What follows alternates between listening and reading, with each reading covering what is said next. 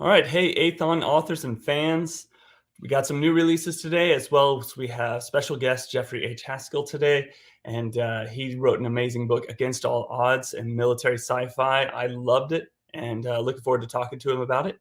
We're going to go through new releases real quick, and we're going to start off with Return Monarch, Prince Out of Time. There was a lot of great buzz about this one. So it's sort of a time travel aspect book. I'll read the first part of the description. To save the kingdom, he'll have to stop his own murder. It's hard to be a drunken idiot when the world keeps burning around you. Karen, the charming yet utterly irresponsible heir to the Euskarian throne, is all too happy to toss the crown aside. But an invasion, conspiracy, and rise of terrifying villain results in his untimely death. So that one is, it's not quite, but it seems to be popular in the vein of some of the lit RPG element books. So it's a really unique one. I've heard a lot of great buzz about it, so check that one out. Next, we have Out of the Sky, which is very much in the same vein of Godzilla. This is the second book in the series. Federal Marshal Lou Morgan and her ragtag group of survivors and government agents fought hard to stay alive and defeat the massive monsters. But now a second eruption has sent even more deadly creatures flying up into the ash cloud that covers the land. The US government and survivors of the eruption and a team of scientists must fight a new evil that falls from the sky and turns animals and people into grotesque creatures bent on killing every living thing in their path. All right, next up we have Fistful of Redemption. This is book 7 in Twilight of the God Chosen series. After the loss of his wife, children, and home, Miles Sheffield sees the position as chief researcher at the terraformation colony on Elysi as a new start in life. Still mourning the deaths of his wife and 2 eldest sons, newly abdicated Margrave Eric Khan Ingen views becoming head of security on the planetoid a final attempt at closure.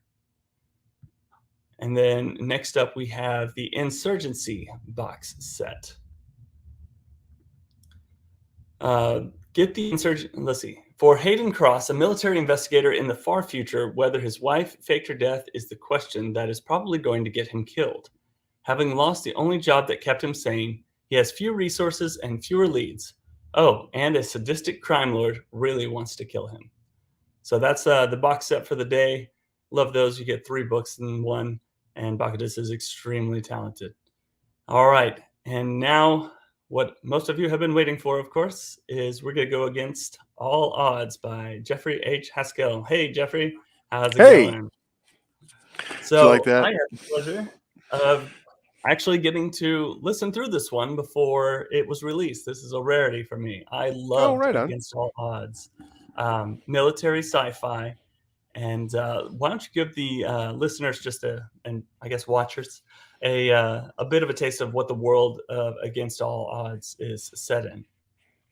Well, I mean, it's clearly military sci-fi, tell by the cover, which was awesomely done by vividcovers.com, and Peter Brooklot did the narration, and he just knocked it out of the park. He did. So it really he with the cover and him and the blurb, he really helped me set the tone for the series. It's set 1,000 years in the future. There's several galactic powers. It's indie hard sci-fi, even though it's not technically indie because it's published. But I try to keep my science as absolutely realistic as possible, and everything in the book is based on stuff that might be possible in the future. So even the FTL is based on stuff that they're theorizing right now. So it's at 1,000 years in the future. It centers around a old battered destroyer called the Interceptor that's 40 years old at the point that the new captain takes command, and he is got the task of whipping him back into shape. Unfortunately, he's on his way out of the Navy because of it wasn't a mistake. It was he did everything right. It was politics that torpedoed his career, and so this is his last chance to prove that he can leave with honor and redeem his name somewhat before they kick him out. And they send him to the rim, basically to this system that's on the verge of civil war with the Alliance, and he's just got all this intrigue he's got to figure out. There's a conspiracy happening. There's some spy stuff going on from a a foreign power that is causing a lot of problems. He uncovers some massive criminal activity that he's got to stop. And of course, he's in a 40-year-old destroyer. So if you've ever been in the military and had a 40-year-old piece of equipment to use, it ain't the most state-of-the-art thing. And when I was in the Army in the 90s, the truck I drove was made the year I was born. So I was like, wow. It required a lot of maintenance. So that's kind of the world of Against All Odds and Grimm's War. So it's mostly set on the Interceptor, which is the ship you can see on the cover with the shark nose. And the crew of the ship there's a lot of characters in this book. It's not like all the characters get a lot of screen time, but I try to keep the crew of the ship to be front and center because it's important when you're immersing yourself into a world, especially one as small as a destroyer, that you get to know the characters in just little slices here and there so that it feels more real. And that's pretty much it right there in a nutshell. I have a couple military sci-fis I've enjoyed in the past, but honestly, it's harder for me to get into the genre.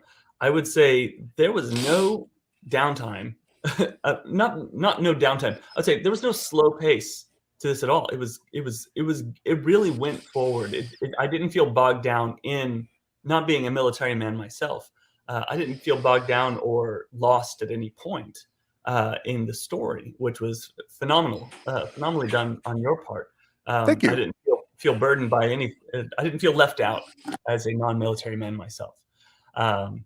So I would encourage people that don't normally get into a military sci-fi to give this one a shot because it had a lot of great points to it, lots of moving pieces, and the political aspects of it didn't get overly political. So I think you did a fantastic job, honestly. And then Peter knocked it out of the park. Once Oh again, my gosh, the yeah.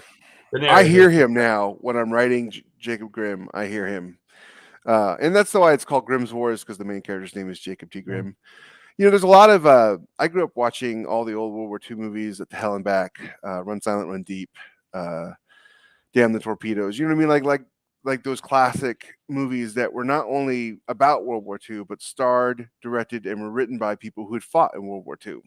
Mm-hmm. So when people talk about movies of the 50s and 60s and like, oh, those weren't realistic war movies. Well, okay. I mean, I don't know how much more realistic they could be, considering that they were acted by, written by, and directed by people who actually fought in the war.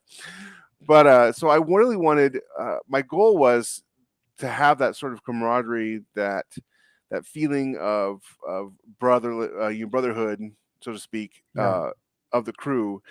And of course, any writer should try really hard to, even if people, I mean, ideally you don't read it if it's not your genre, because then you probably won't like it. But ideally, you should never narrow your focus so much that you exclude huge swaths of your market. So there's two kinds of people who read military sci-fi, vets and people who either wanted to serve in the military or just really enjoy the atmosphere of the military.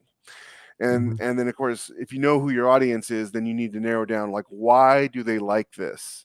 Why is it that they are drawn to it? And for vets, it's that feeling of there's a closeness that comes when you're serving in a good unit, and it's there's very little like it in the world, in the civilian world, where you get this feeling of a brotherhood. And then for civilians, it's that feeling of immersion, that feeling of being a part of something bigger than themselves. And so I tried to go for the feeling in a book more than I do like this happened, then this happened, then this happened kind of storytelling. It's more about, like, how do you feel when you when you're reading the book, as opposed to what you remember about the book, And I really wanted people to feel immersed in the Interceptor. I wanted them to be able to picture it. I grew up watching Star Trek, and I love ships, the Galactica, the Enterprise, even Space 1999. I love ships. and I really wanted people to know the Interceptor. I even have a little blueprint of it that I drew, so that I would have like, okay, they got to get to the mess deck. Where's the mess deck from the O deck? Where's Marine country? Where's this and that? And there's a little bit for everybody. If you were in the Army, you're going to recognize some stuff. If you're in the Navy, obviously you're going to recognize this stuff. I make the Marines look really good because I like Marines. Oh yeah, Um, I I, noticed that. I was like, wow, it's yeah, like they're extremely powerful and overpowered in space because they train on a higher gravity planet. right, Um, exactly. And also, if you were in the military, you know the difference between a combat unit and a non-combat unit. You know what I mean? Like, yeah, I don't know what they call them now, but when I was in, they were called rear echelon MFs, the non-combat units. I don't swear, so that's why. And there were people who, they got to go home at night and sleep in their own beds or whatever. And then you got the infantry who are hardcore BA, sleeping on the ground, rock for pillows, kind of guys. And the Marines sort of exemplify that. And one of the things that I wasn't interested in doing was I wasn't interested in being and focusing on the bad aspects of military life. There's some of it there, of course, because not sure. everything is all roses and sunshine and unicorns. But there's plenty of books you can read where the military sucks, where everybody in it's a bad person, where they're all despicable characters. Yeah, I tried to go for honesty and verisimilitude over over more of that negative side of it. So are there bad people in the military? Absolutely. There are bad people everywhere. There is no institution that is full of wonderful, great people. But in this, I just decided to focus on people who were trying to do the right thing, yeah. even though the odds were against them. Yeah, most of the people I know that had a negative experience in the military, it sounds like it's because they kind of made a jump decision instead of a researched decision. They didn't make a plan and they didn't do their research. They didn't do their interviews. That's So life, man. That's I know just what you're getting life. into a little bit Yeah. when you're starting off your life for 4 years. So One thing, one I thing I also really. love. Oh, go Sorry, go ahead. ahead. No, no, no, Uh, no. I loved that you were rooting for a redemption story for Grimm. Um, you see right at the beginning of the book something bad happens, then it's an unfortunate situation for Jacob, but right away you're like rooting for that redemption because he seems like a great guy. So you made a great guy character, and I like that. So you were rooting for this honorable uh, and also disciplined character, and it was interesting because you you run the danger of running into a Superman character in the sense of this guy's overpowered, he's perfect at everything, but by giving him the tragic, unfortunate circumstance at the beginning, you give him something to overcome that's outside of necessarily his own opportunities or his own grasp. He has to have a situation in which he can redeem himself. So I think that And took inspiration in the book to a good level. one thing you have to really be careful to avoid is the Superman character or the Mary Sue, the Marty Stew. They're so great at everything, and sometimes it works and it's appropriate. Um, but the again, I was going for a lot of authenticity, and one thing that if you only watch Star Trek or other TV shows, you'd think that officers were you know every officer was a tier one operator, and that's just not the case. And if you remember the first time Jacob gets into an actual firefight, he breaks his nose because he trips and falls, and he can't really hit anything with his pistol. He can't remember how to use it. Officers are administrators, right? They're leaders, and they're not. Even if you look at special forces, the guys who go out on the missions, they're not officers; they're non-coms. They're sergeant first class, and master sergeants. And in the Navy, it's chief master sergeants or chief petty officers. Excuse me. Officers are more, especially the older officers, are all leaders. And so Jacob is a tactical and strategic genius, but he knows history. But he is no operator. He's a little pudgy around the middle. He's always kind of concerned about his weight. He's tall and he's big and broad shouldered, so he doesn't have to fight often because people don't, you know, people don't start stuff with people who are bigger than them. So when he gets into combat, like hand to hand or pistol combat situations, he's kind of hopelessly lost. So that was my way of avoiding the whole he's a Superman, great at everything. And he also Yeah. doesn't leave the bridge that often because captains don't actually leave the ship that often unless it's called for.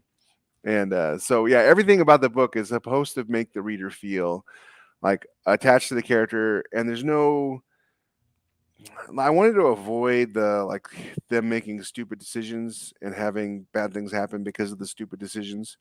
So instead, I went for, I'm going to make them make really intelligent, thoughtful decisions. And still bad things happen because that's how life is. You can Yeah. make all the right decisions and everything still turns out bad.